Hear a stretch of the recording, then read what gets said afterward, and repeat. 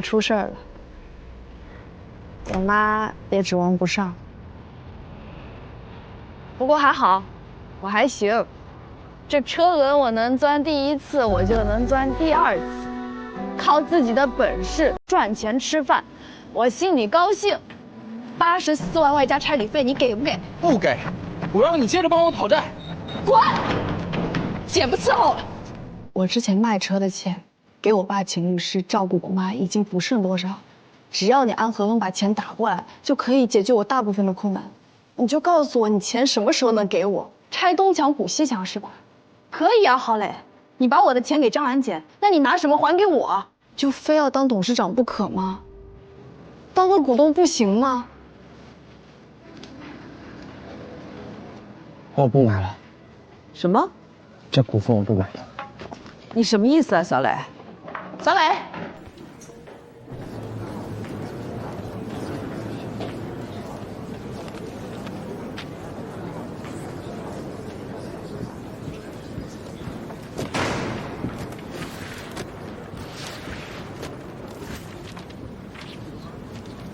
还有什么意见吗？我这儿没有。你这意见吧？没有，可以开始了。公布吧。万和集团股份有限公司第1次债权人会议表决结果未通过。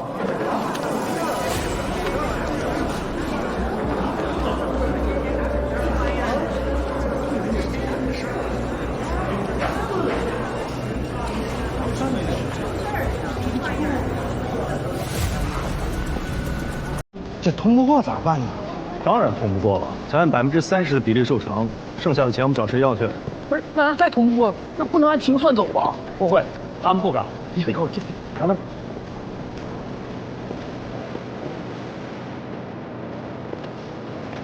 接下来怎么办？回家再说吧。方律师、陶律师，2位请留步。魏法官找2位有事，2位这边请。好，门口等我们。好。魏法官、徐主任、方律师、陶律师到了。好，方律师，来，文爷，请坐。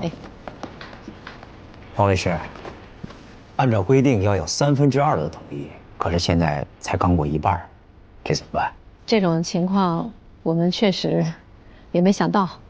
其实会前啊，我们和绝大部分的债权人都已经沟通过了，他们的反馈还都是比较积极的。真是没想到到了会场，这样可不行啊！虽然法律没有限制债权会会议的次数，但1次会议就出现大面积的反对声音，之后很可能会更难。政府也一直强调要在会前做好沟通解释的工作。我们也在努力的做沟通工作。按理说啊，如果他们要反对的话，不应该到了会场才投这个反对票，那应该事先来找我们沟通才是。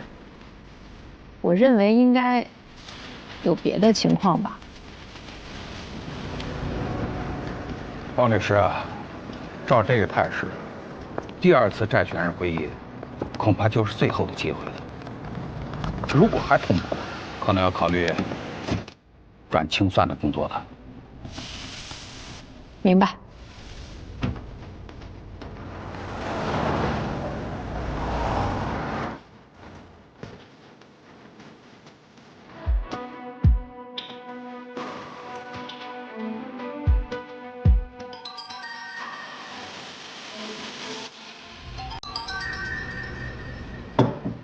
方律师，典型的刘总在债权人的会议上投了反对票，您知道这事儿吗？我不知道啊。不可能吧？怎么不可能啊？他不光自己投了，他还鼓动了一批的债权人一块儿跟着他投，导致了重整方案没有通过。徐律师，您之前给我保证过的啊，他是没有问题的。我跟刘总谈过，也跟他分析过利弊，他满嘴答应。可是我一再保证他会得到优惠，到头来没有。他反对，那也是情有可原的。徐律师啊，事到如今呢，我也只能依靠您了。麻烦您还得劝劝这个刘总，在下一次的这个大会上啊，一定要投通过票，否则呢，咱们这个重整方案通不过的话，那我们只好清算了。到时候，我想他连20%都拿不回来吧。王律师，为了配合你们的工作，我们也承担了很大的风险。你要这么说的话，我就没法工作了。家人一个，说什么？重整方案通不过，我想我们的结局都不会好过。您说呢？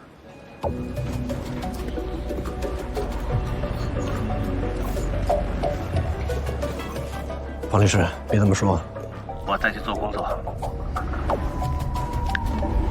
哼，哎呀，真够孙子的。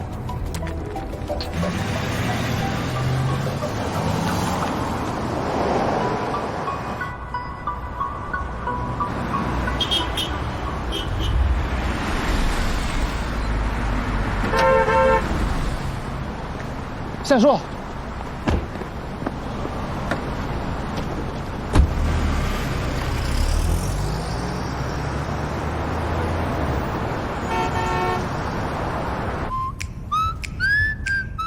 喂，张兰姐。夏叔，我过2天要出国，临走前我有点事儿得和你说。你这么快就要走啊？那股东会怎么办？你要弃权吗？夏叔，郝磊欠你的钱都不还你，你还挂念他呢？姐，你刚刚说要跟我说什么事儿啊？还是股份的事儿。郝磊找我说钱凑够了，本来他开价很高，我当场就想签约，可我一问他夏叔怎么没来，你俩是不是吵架了？他就跑了，你俩什么情况？他没有买吗？为什么？谁知道啊，我还纳闷他哪来的钱呢。之前你不是说他还差110来万吗？这都是上哪儿凑的？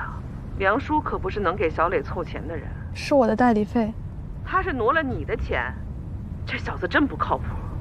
多亏这协议我没签，看来这股份啊，我还不如卖给他大伯呢。姐，你要卖给他们吗？这事儿你别操心，我自己看着办。谁让郝磊欺负你的，我帮你好好治他。这。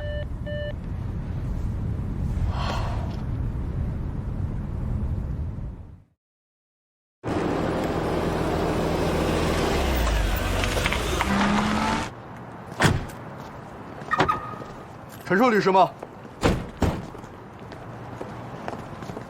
陈硕律师，你涉嫌侵占罪，当事人已提起自诉，并向公安机关报案。现在需要您配合调查，跟我们走一趟吧。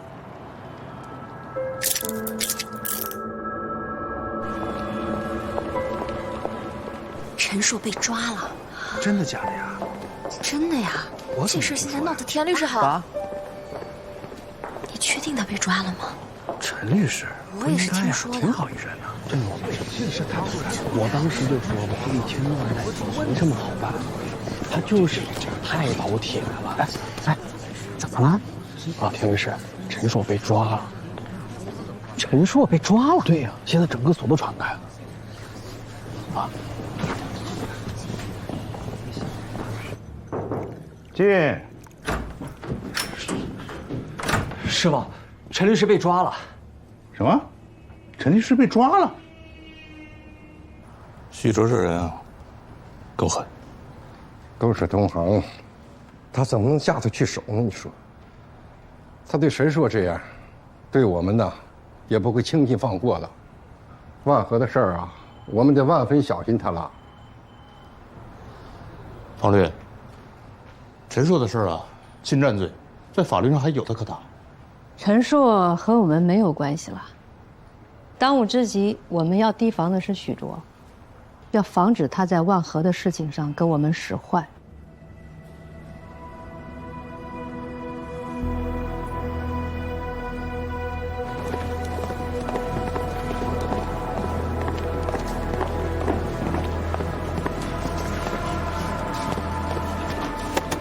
哎，我有急事出去一趟，家里有什么事给我盯着。哎，好嘞，师傅。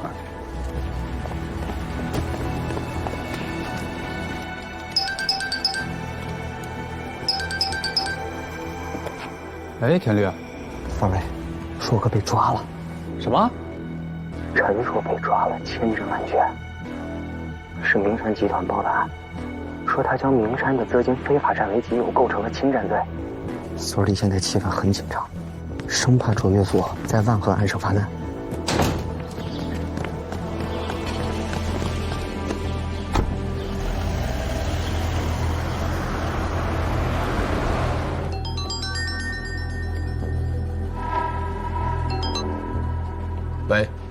好，徐律师，我是良城所韩志通。韩律师，怎么了？我可以去卓越所找你谈谈吗？我一会儿约了客人，走不开也不方便。那就请您出来谈谈吧。你们所附近有个陋室名茶社，我去那儿等你。不好意思，我真的走不开。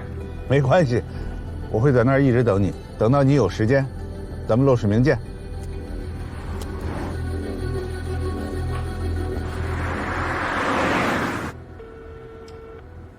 罗律师还是没接吗？什么时候回来呀？你再给打几个？我打着呢。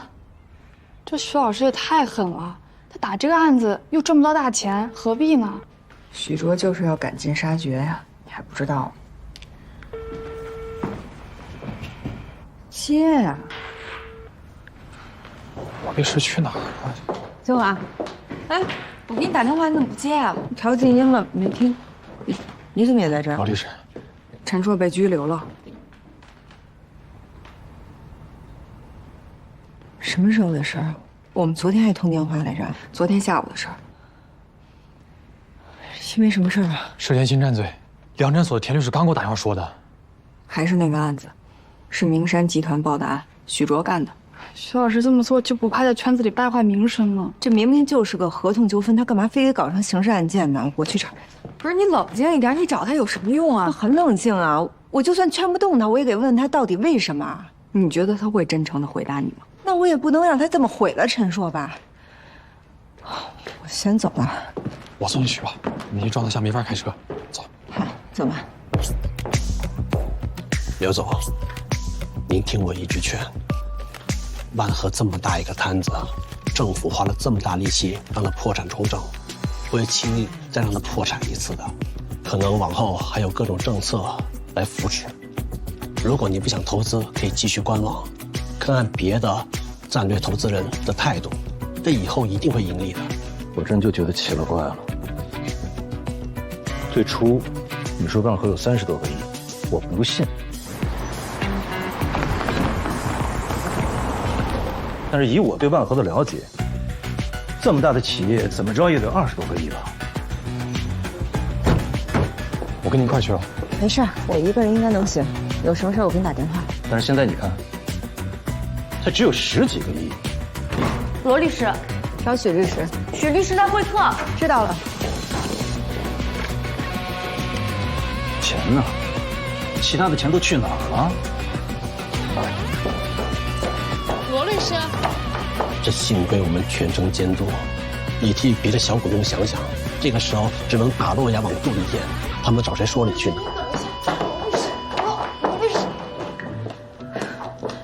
徐老师，对不起。先出去吧。英子，我在接待当事人呢。我看见了，刘总也在啊。是来谈万和重整的事儿吧？徐老师，我们也是律师团的一员，和当事人谈话，干嘛要背着我们呢？刘总在债权人会议上投了反对票，导致重整方案没有通过。梁诊所让我做刘总的工作。刘总，我跟你说了什么？你和罗律师说。罗律师，你来的正好，你替我支个招。现在万和这家企业估值只有18个亿，但是我得按照30%几的比例受偿，什么意思呢？就是说我前前后后一共投了10几个亿，现在只能拿回来3个多亿。你说，我该投什么票啊？刘总，如果你问我，我会说，据我了解，万和还有一块资产去向尚未查清，谈重整，为时尚早。罗英子。你说这样的话，你负责任吗？万和是有一块资产待查，这个在重整方案中已经说得很清楚了。这块待查的资产不足2亿，无碍大局，而且一时半会查不清楚。因为这个重整就不进行了吗？这么拖下去，大家都是死。当事人都在，怎么就查不清呢？查不清就谈重整，当事人的利益如何得到保证？你是来干嘛的？是来捣乱的吗？对不起，律师团队我负责，而且重整方案通过之后，律师团队也就解散了，我们的合作关系也就结束了。你不要发表你的意见。还有刘总，如果你相信罗律师，那你就跟我解除合同，让罗律师来代理。啊，许大律师，这话从何说起啊？我当然是信任你了啊，但是我问你，如果换做你是我，投了10来个亿，只能拿回来3个多亿，你甘心吗？3个亿你不甘心，那只能等到重整不成改清算。那我告诉你，你很有可能1分钱都拿不回来。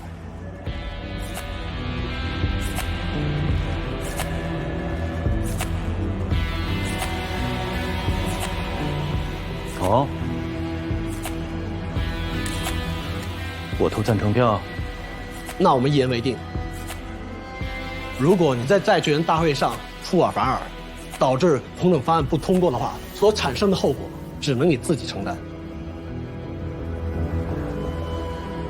行，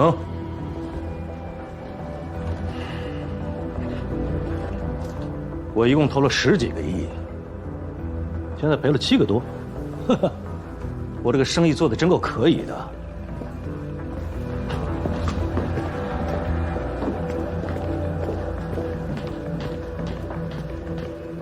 罗英子，你要干嘛？曲老师，陈硕被刑事拘留了这件事你知道对吧？这跟你有关系吗？当然跟我有关系。陈硕是我的朋友，也是同行，明明就是个合同纠纷，而且是名山违约在先，为什么把合同纠纷办成刑事案件？对不起，我们对法律的认识不一样。在我看来，这就是个刑事案件。陈硕他违反了合约的规定，在没有得到甲方的认同下，把在共同账户的钱转到了个人账户，这已经涉嫌犯罪。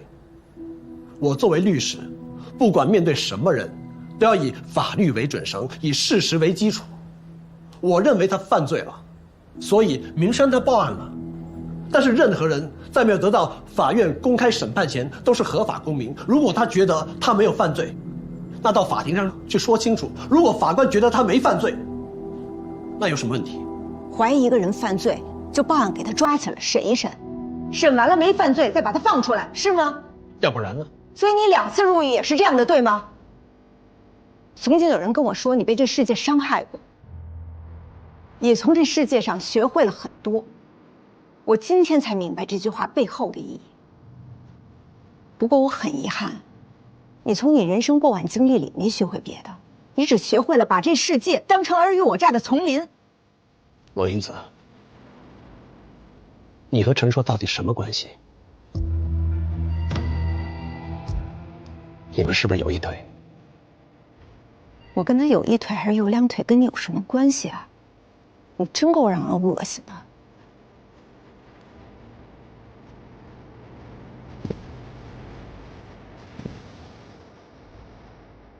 我一直以为你喜欢的是。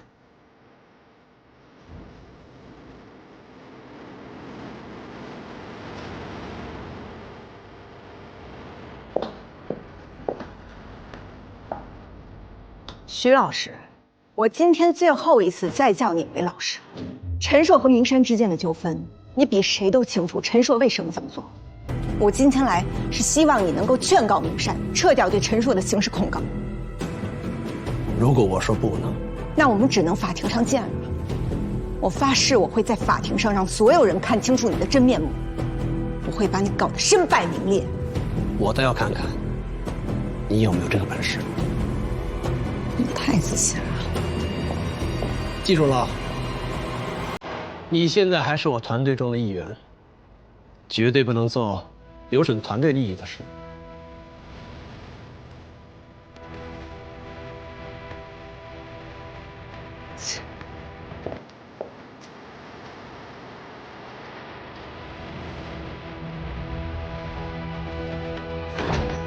姐，怎么样？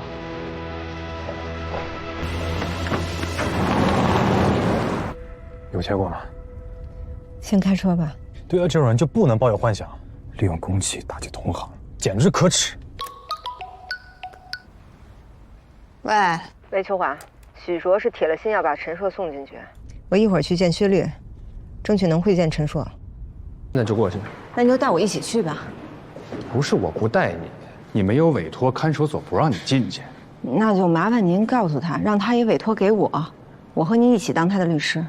哎呀，你们两个呀，你说早知今日何必当初？你知道陈硕一直爱着你吗？薛律，现在不是说这个的时候。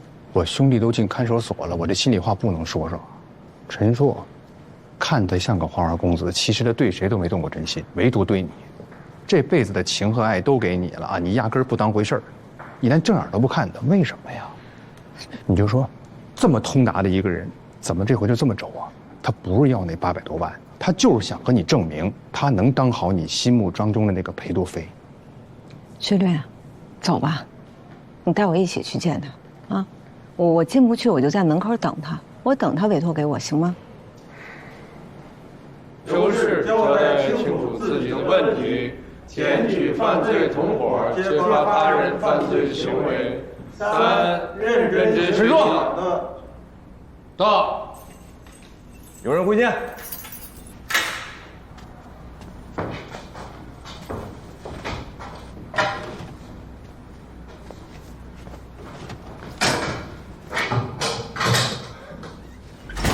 哎呀，我在里边关着你，丧个脸干嘛呀？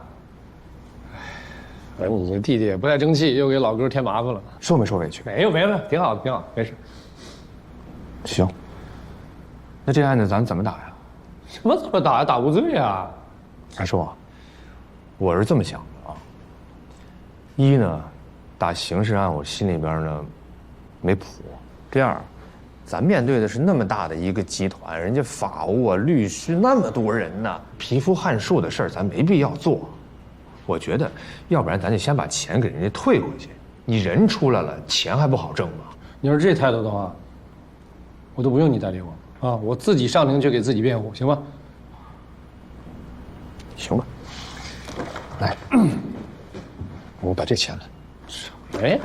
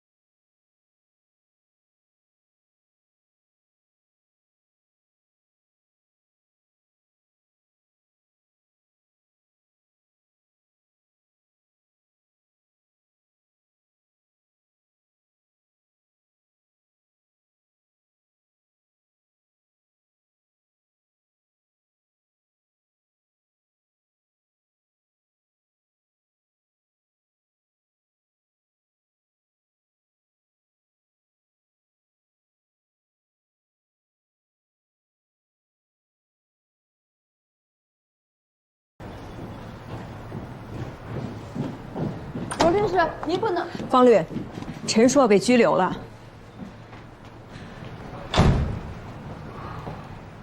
方瑞，你来干什么？我师傅被拘留了，我跟罗律师一起救他。和你有什么关系啊？知道自己是谁吗？我是谁？将来的法律人。方律师，有朝一日我成为律师的时候，我绝不会像你一样。有朝一日我成为律师的时候，我绝不会像你一样。方律，陈硕在提这笔款的时候，他还是良诚所的律师，他代理这个案子也是以良诚所的名义接受的委托。准确的说，这是他的职务行为。要当被告，陈硕不是唯一被告，良诚所也同样是被告。我觉得这个时候，良诚所应该拿出自己大所的勇气和担当来，应该保护自己的律师才是。非常抱歉，陈硕现在已经不是良诚所的律师了。而且当时我把其中的利害关系跟他说得清清楚楚，是他自己坚持不退的，造成今天的局面，怨谁？怨良诚所吗？我们爱莫能助。也就是说，良诚所不会再管了。那是他自己的选择，和良诚所有什么关系啊，英子？方律师，我希望你记住今天这句话：有朝一日不要因此而后悔。方瑞，留一下，我在楼下等你。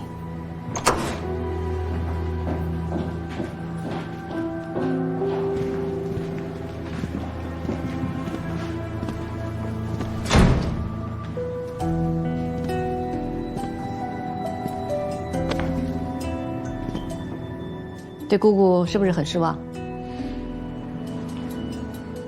在这个律所，你应该最理解姑姑才对啊。你知道姑姑不是一个人，我身后是一个所。这个律所有200多名律师，他们需要吃饭，需要养家糊口。陈硕的案子关系到万和案，而万和案几乎是良诚所的全部身家。你告诉姑姑，我应该怎么选？多可悲呀！我可悲？成天在家跟我父母讨论法律的时候，口声声说要维护法律人的立场、法律人的坚守，为什么到现实生活中您就只考虑利弊呢？万和良诚所能赚5000万，这5000万就能交换你法律人的立场吗？啊！我一向崇拜您，发现我看错了，你跟其他人一样，尘世里的随波逐流而已。我不怪您，是我怜悯您。走了。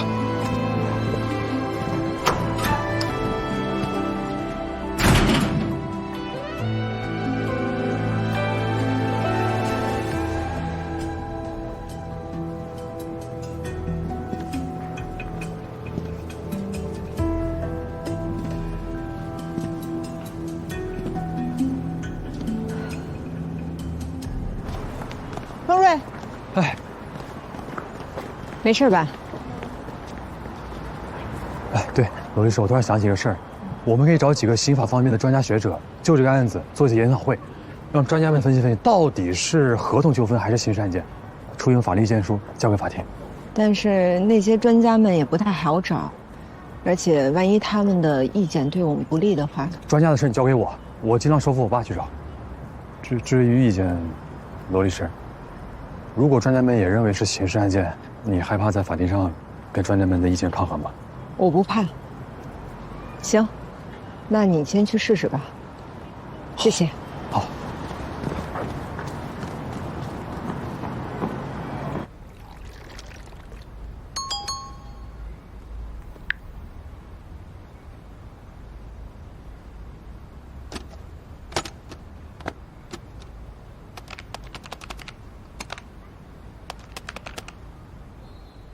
夏叔，夏叔，你过来一下。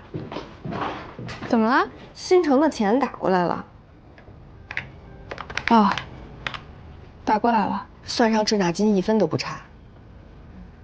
明天不是新城的股东会吗？那你那个小老板不是把所有的钱都拿去买股份了吗？他哪有钱给你啊？那不是他应该做的吗？真搞不懂你们。那行，那我赶紧把你的提成给你转过去，你给你们家打过去，把你爸的事儿处理好啊，别让你妈着急。好，谢谢姐。没事儿。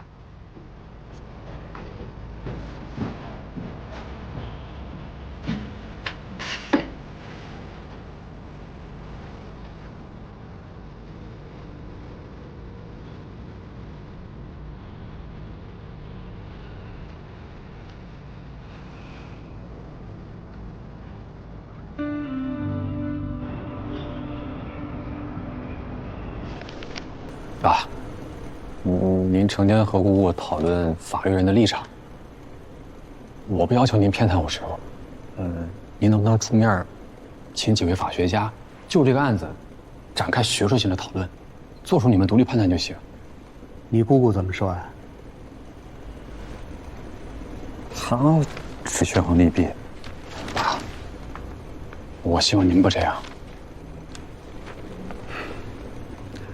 我昨天还到人大去开会，会上谈到咱们现在很多地方都是用刑事手段来解决经济纠纷，这样的话对我国的经济发展会有不利的影响。从你今天提供的这份材料来看，这倒是个典型的案件。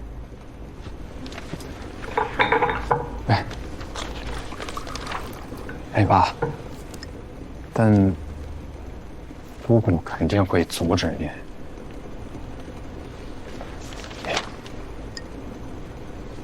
您还愿意出面吗？这样吧，你呢把材料放在这儿，我再仔细的看一看。如果说后续我们要准备召开一次这样的讨论会的话，委托方的身份我会完全保密的。太好了，爸，谢谢您吧。我说的已经很清楚了吧？啊，小磊，你小子这态度怎么样？要是你大伯来了，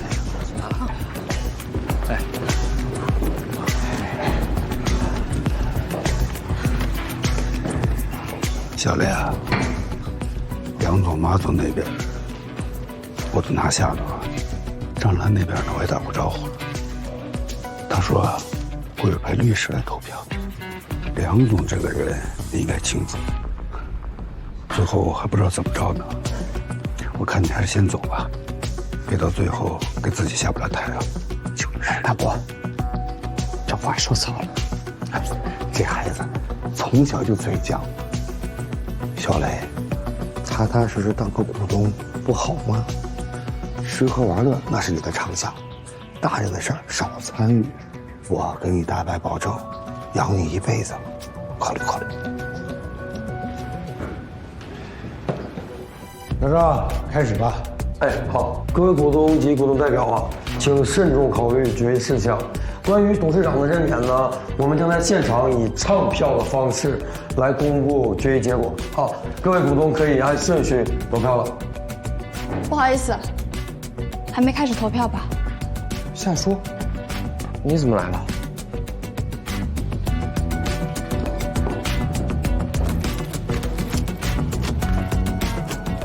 各位股东们，各位高管们好，我叫夏舒，我是英华律师事务所的律师，我受张兰女士的委托来替她投票。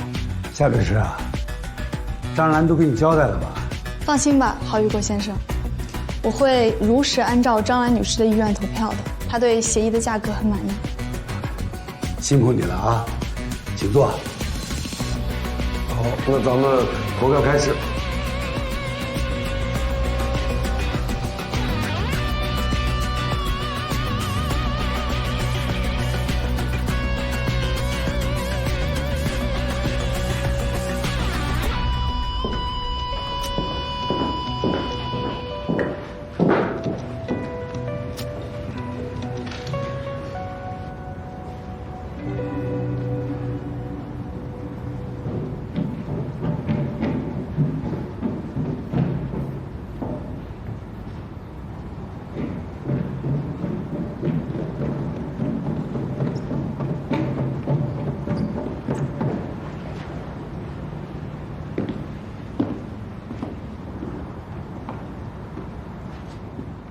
为什么是你？我死我认命，可为什么偏偏是你把我投死的？我只能遵守委托人的意志。行，明白。董事长我是当不上了，这段时间你帮了我不少忙，我遵守诺言。我去劝一下大伯，让他把新城之后所有的法律业务都交给你。行，那就谢谢郝总了。没什么事的话，我先走了。夏叔，董事会结束之后，我在新城待着也没什么意思了。之后估计也就离开京北了。我是想对你说，这段时间，小磊，小磊，我明了，我明了，你现在是真正的董事长了。怎么可能？张兰姐不是已经把票给我大伯了吗？是啊，我也听说他们已经谈妥了，可是不知道为……夏律师，是不是你？郝总，我说了。我只能遵守委托人的意志。张兰姐虽然出国了，但是她委托我投票给你。哎呀，夏律师，太谢谢你，谢谢你啊！我代表我们星城集团13823名员工向你表示感谢，你可是我们集团的救命恩人。咱们股份加上张老板2%，应该是绝对领先的。有阴谋，这里边有阴谋，肯定有阴谋。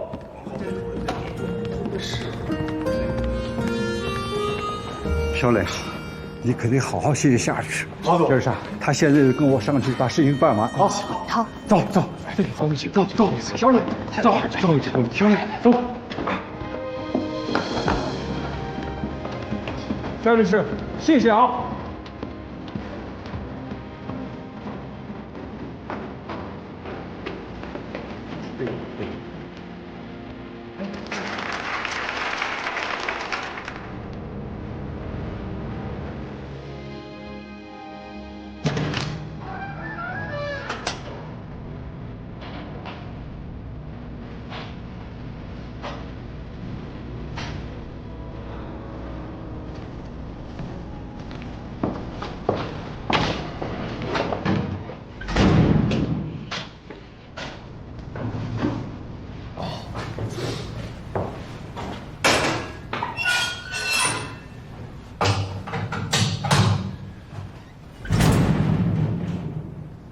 罗正义啊，你不一直都叫我陈无良吗？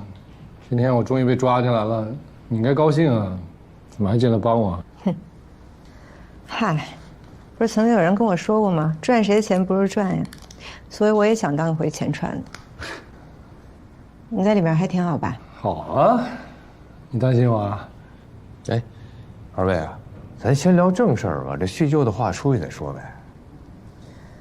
陈硕无罪是吧？当然了，你来的话还是有罪，那要你干嘛呀？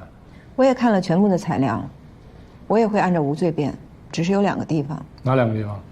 第一点呢，就是合同约定中律师代收执行款，但是没有约定可以在回款中直接分配。这之前不是跟你说过了吗？名山这边不可能同意律师去直接分配支取回款，但是合同里边呢，对于律师的提成比例已经约定的特别明确了。同时还约定了，在每一笔回款当中，律师都可以按比例的分配。所以我只是把我自己的钱支配出去了，这有什么问题啊？那第2个就是关于那个公管账户，公管账户也没问题吧？所有的手续还有文件全都合法合规。这个虽然是在双方的意愿下建立的账户，但是1级、2级的优盾权限都在我自己手里边。那他们当时没好好看文件，就在那儿咔咔就多盖了2个章，小怪怪他们自己吧。那我就没什么问题了。陈硕就是陈硕哈。对了，你那个小徒弟方瑞，他这2天也在帮找几个法学家，想就你这个案子开一个研讨会。孩子，实在孩子。罗公子啊，拜托你一件事啊，你看我现在这样，还能不能从这儿出去也不知道，我还能不能再当律师了，我也不知道。那如果方瑞真的通过了司法考试，拿了从业资格证，让他进你们英华所好吗？拜托了。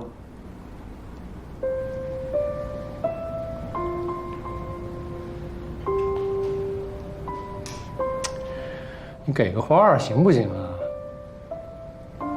霸道，谁的徒弟谁带啊？我的意思是，这研讨会开完，我觉得也没有其他的可能性，这就是一个合同纠纷，我判断大概率不会按照刑事案件处理的，所以你就在里面安心的等消息吧。啊，我一想着我可以在里边呼呼睡大觉，你在外边为我的事在那奔波，我就特别的安心。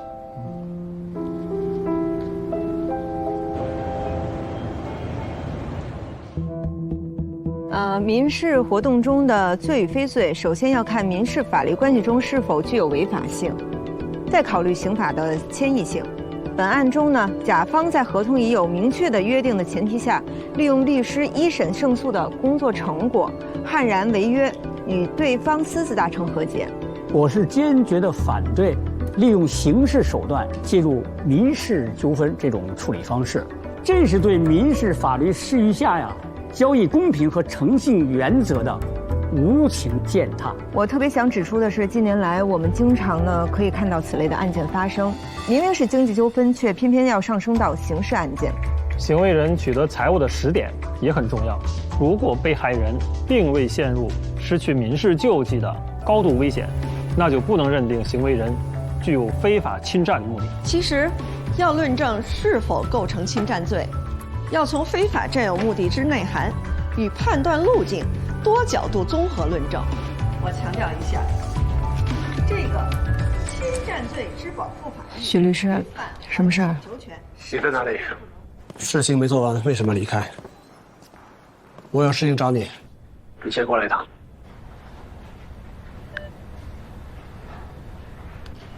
徐老师，给您带个麦，我和记者都沟通好了，一会儿直接开始就行。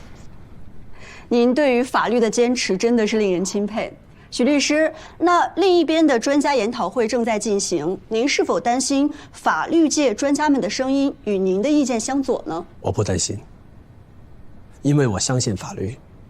市场经济本质上就是法治经济，如果合同的另一方公然的藐视法律，利用非法的手段去获取利益，那还有什么法治可言？经济活动如何保证在法律的轨道上运行？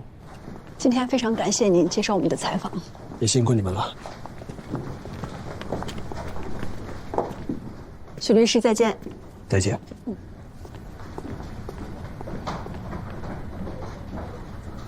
进来吧。坐。站着说就行。听说你要代理陈硕的案子？已经代理了。不可以。为什么？你是我团队的成员，这存在利益冲突。我们所和你们所只是鼎新案上的合作，而鼎新案和明山案之间是没有任何关系的。我再说一遍，你是我律师团队的成员，我是明山集团的代理人。错，我只是参与了以你为首的律师团队，而我和你们律所之间不是隶属关系，所以我们所接什么案子，那是我们自己的自由。更何况你自己也说了，万和的案子已经正式提交债权人会议讨论，这个案子已经结束了。债权人会议没通过，这个案子就没结束。好，那我们所退出。你们现在要退出吗？是。如果现在退出，代理费你们1分都拿不到。很难得徐老师能够一次又一次的突破我对你的想象。你等一下，我给我伙伴打一个电话。魏秋华，夏叔在吗？在呢。你稍等，我叫他。夏叔，打扰一下。杨老板，你先看啊，我去一下。他过来了，你说。秋华，你把手机打开一下免提。我有件事儿需要公开的和你们讨论一下。我在许卓律师这里。好。打开了。罗姐，我在呢。秋华，夏叔，因为我代理了陈硕的案件，所以许卓律师提出来，如果我必须代理，那只能退出鼎新的律师团队。而且因为是我主动退出的，所以代理费我们1分都拿不到，等同于我们白白工作了半年。那如果退出的话，你们同意吗？退出就退出吧，不给钱就不给钱吧。夏叔呢？1分钱都不给啊！哎，行，你俩都同意了，我能不同意吗？我过去了。好，那我挂了。哎，英子，慢着。既然咱们已经退出了，那咱们跟许律师正式签一份协议吧。从即刻起，双方的权利义务消灭。听见了吧？我们什么都没有，但是我们还是愿意放弃，因为我们不会像你一样把利益看得比任何事情都重要。这个案子的最大价值其实是我们带来的，你比谁都清楚。如果没有我们，你也得不到这个案子。你许忠什么都不是。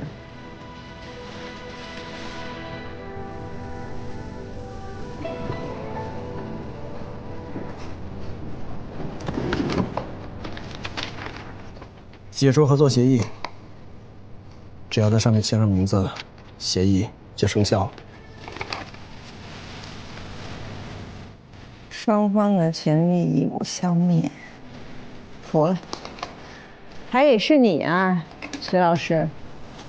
英子，你是个聪明人，你和陈硕不一样，他是肯定要进去的，你愿意为他牺牲你自己吗？还是你觉得以后在法庭上我会对你手下留情？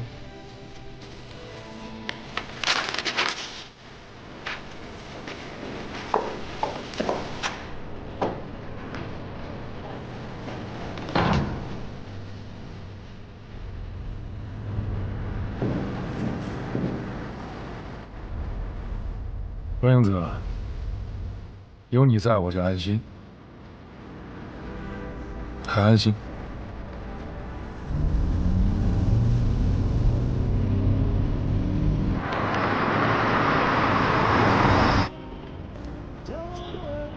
你都没看见当时许卓那副嘴脸，那头都快气炸了。哎呀，几百万买一痛快，真贵啊！哎，早知道我也去围观一下了。一点都不贵，这几百万能把你罗姐眼睛治好了，值了。你们真的不怪我呀？谢谢你们啊，我都快哭了。哦，别，您这演偶像剧呢。哎，英子，那解除协议签了没有？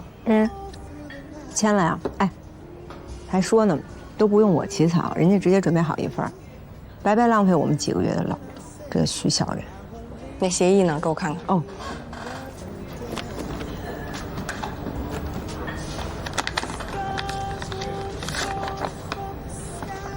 行吧。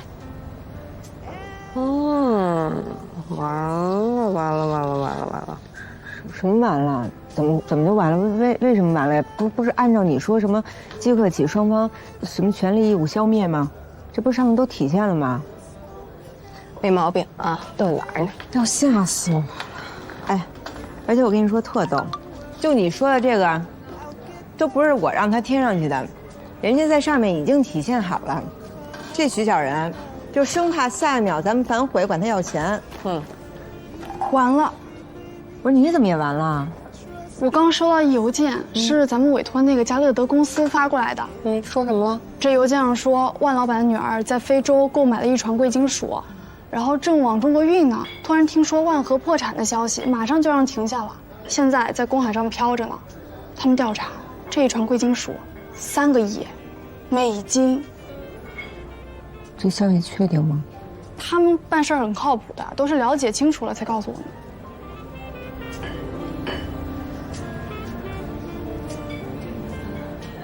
许卓已经跟我们解除协议了，所以我们不代理顶新了。我们对他们没有了任何义务，而且从始至终我们也没跟鼎新签过合同。所以也就是说，我们没有必要拿着自己花钱买的消息告知他们。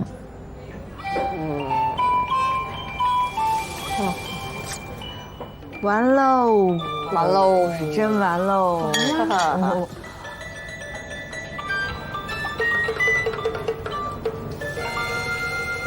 战警官，这个案子怎么说撤就撤了呢？哪里不符合移送条件了？徐律师，不管是权威专家还是我们局里，都对此案呢进行了一个认真的讨论，结果是一致的，就是此案属于是经济活动中的合同纠纷，被告人的行为并不在刑法的判定范畴。现在上上下下都在强调保护经济发展，防止利用刑事手段干预经济纠纷，我们也是依法办案，所以才决定刑事撤案。如果你们有异议的话，可以继续的提起民事诉讼。现在讲法律了，当年我那2起案子怎么没人讲法律啊？徐律师，如果不讲法律的话，你可能现在在里边服刑呢。好，我倒要看看，这到底是刑事案件还是民事纠纷。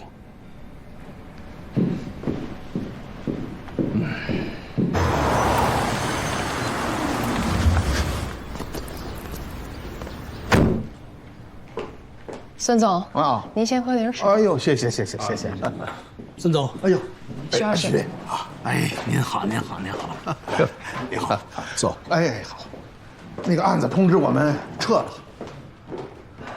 是撤了，我没想到对方能量还这么大，所以找你们来商量一下。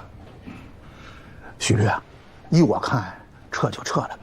本来呢，我也没想着把陈硕送进监狱里去，就是为了争口气，把这高的离谱的律师费给他打下来。现在呢，不打刑事了也好，咱们就踏踏实实的打这个合同纠纷，逼着陈硕呀给咱们签一份补充协议，别再漫天要价就行了吧。您的策略我也理解，您是想先让陈硕进去，给这个薛律师来点压力，逼着他们呢把这个查封的账号解了，或者是30天之内不起诉，这样查封账号自然也就解了。可是我实在是觉得，刚打完官司就把自己的律师送进监狱，名声实在是不好听。你就这点出息啊？我说你们是不是出卖自己的律师上瘾了？先前出卖陈硕，现在要出卖我，这从何说起啊？我还没要撤呢，你们想撤？我告诉你，我这一辈子都没输过，哪怕是2次被人打到牢里，我也没输过，这次也不能输。这个案子必须按刑事打。可是公安已经撤了，撤的是刑事案件，没人让我们撤自诉，我们现在提的是刑事自诉，我们向法院控告陈硕侵占罪，一定要把他打进去，让他接受教训，他才会对剩下的钱死心。孙总，你把案子委托给我，就一切听我的，好吗？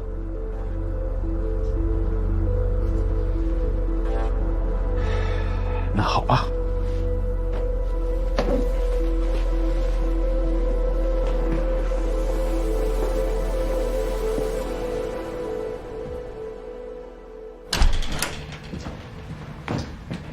淑华，哎，燕子，都准备好了。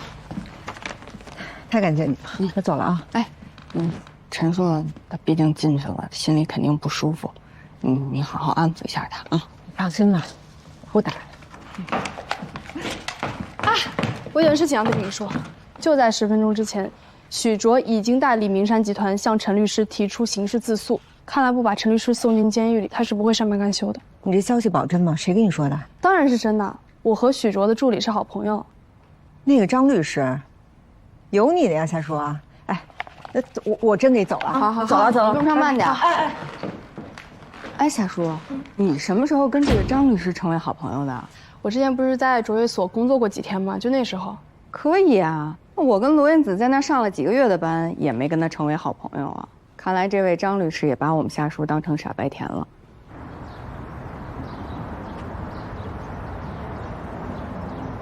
你说也真是，这么关键的时候，这罗律师怎么不来啊？我们一会儿师傅出来看着就多伤心啊！你什么时候看出来你师傅对罗律师有意思？还用看？那都写在脸上了。要我说，师傅确实也太惨了啊！女生就不能这么追啊？哦。那罗律师都给师傅拿捏的死死的了。你别说你这岁数不大啊，感情方面还挺有心思的。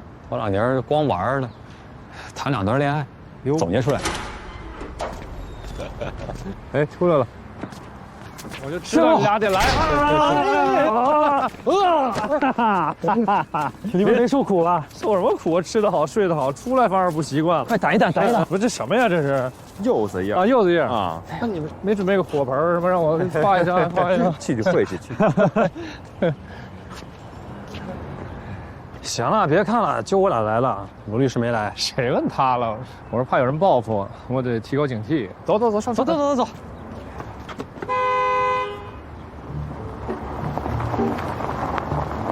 主角都是压轴出场。哥们儿有点魅力吧？太有魅力。哟，拿着花儿呢。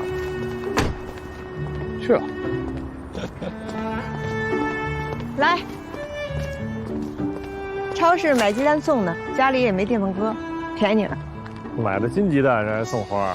罗律师，哎，陈硕交给你了啊，我跟方瑞上车等着，我们先走了。那个随律、小芳，正好我有件事儿，还需要你们俩帮我见证一下。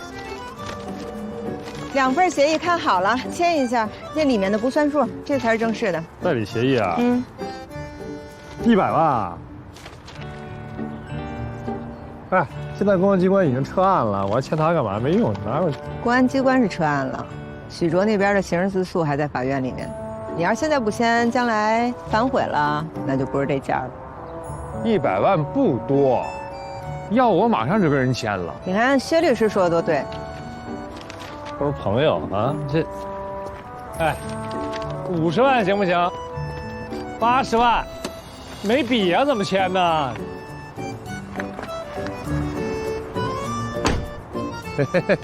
去吧，我就是被他下降头，卤水点豆腐。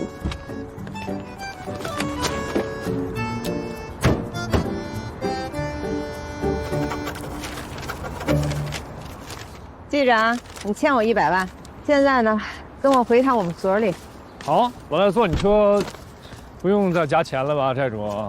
这回就陪你一回吧，免费。啊。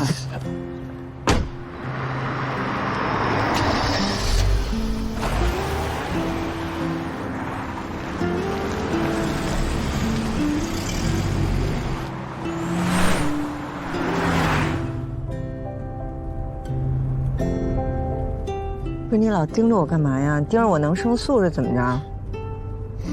许卓的刑事自诉你怎么想的？啊，嗨，有你在我还想什么呀？我想的话，那100万不白花了。陈叔，你能别跟我嬉皮笑脸的吗？我问你，之前都一直好好的，怎么现在谁说都油盐不进了？一直觉得你是属耗子，大船沉了你第一个先溜。你这回怎么了？你判断危险能力跑哪儿去了？失灵了？还老一直提醒我要小心许卓呢，自己怎么被他给算计进去了？我这么做，还不是因为你啊？因为我什么呀？你说清楚了。因为你喜欢裴多菲，我就想当一回裴多菲，我想硬气一次，明白了吗？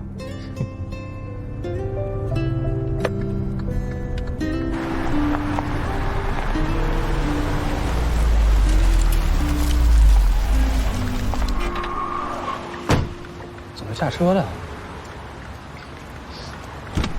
下车。怎么了？刚才好好的呢。问你呢，怎么了？陈武良，你有没有心啊？不是我让你关心是吧？这怎么还吵起来了？没事，打过去。你知不知道这些天我起早贪黑的为你的事跑了多少趟？你知不知道我们有多担心你啊？现在你还倒打一耙，你怪上我了。你这些话说出去听听，你对得起谁呀你？你什么呀？你平时不是挺能狡辩的吗？现在怎么不贫了？变哑巴了？我就应该不管你，让你在里面关。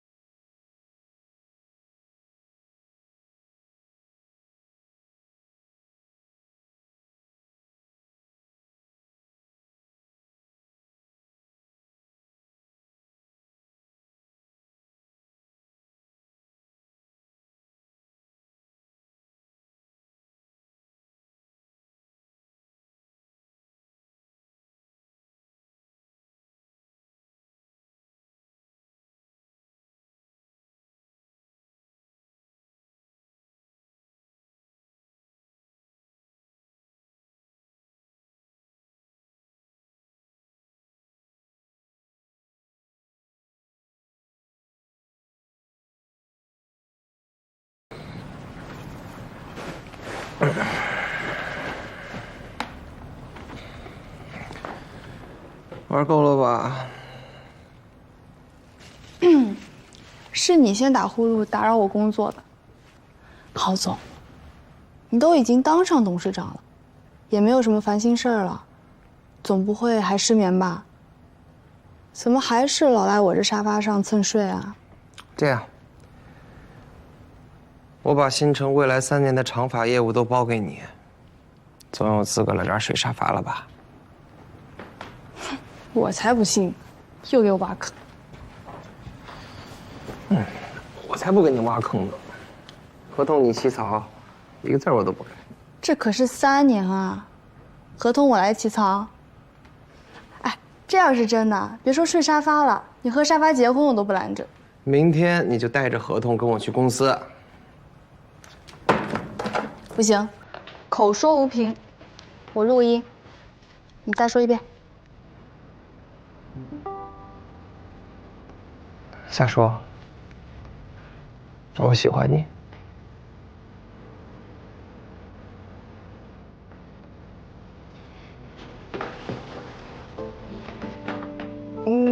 不是说这个，你好好说。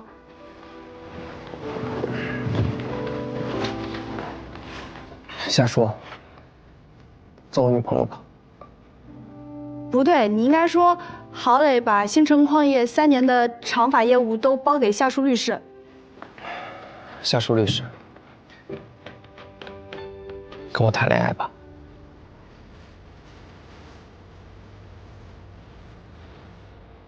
你到底说不说？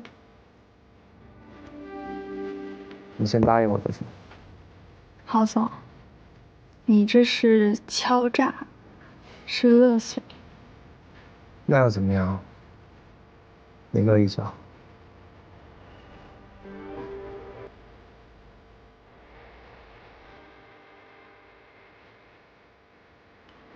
骗子！你竟然敢钻到别人车轮子底下，3两下就把那帮糙老爷们给收拾了。这不都是为了郝总你吗？你的仇了。郝磊，84万外加差旅费，你给不给？不给，我让你接着帮我讨债。滚！姐不伺候，就非要当董事长不可吗？当个股东不行吗？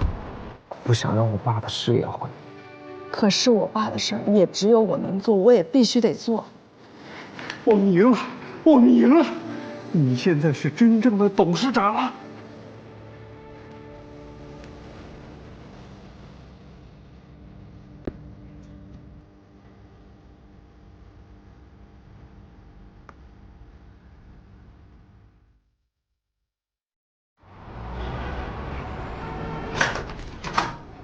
回来了。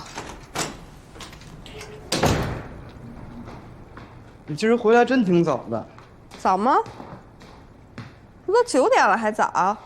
都9点了。嗯。哎呀，这一忙活都忙了时间了。哎呀，你吃饭了吗？我给你打电话你也没接，饿不饿？我给你下碗面去。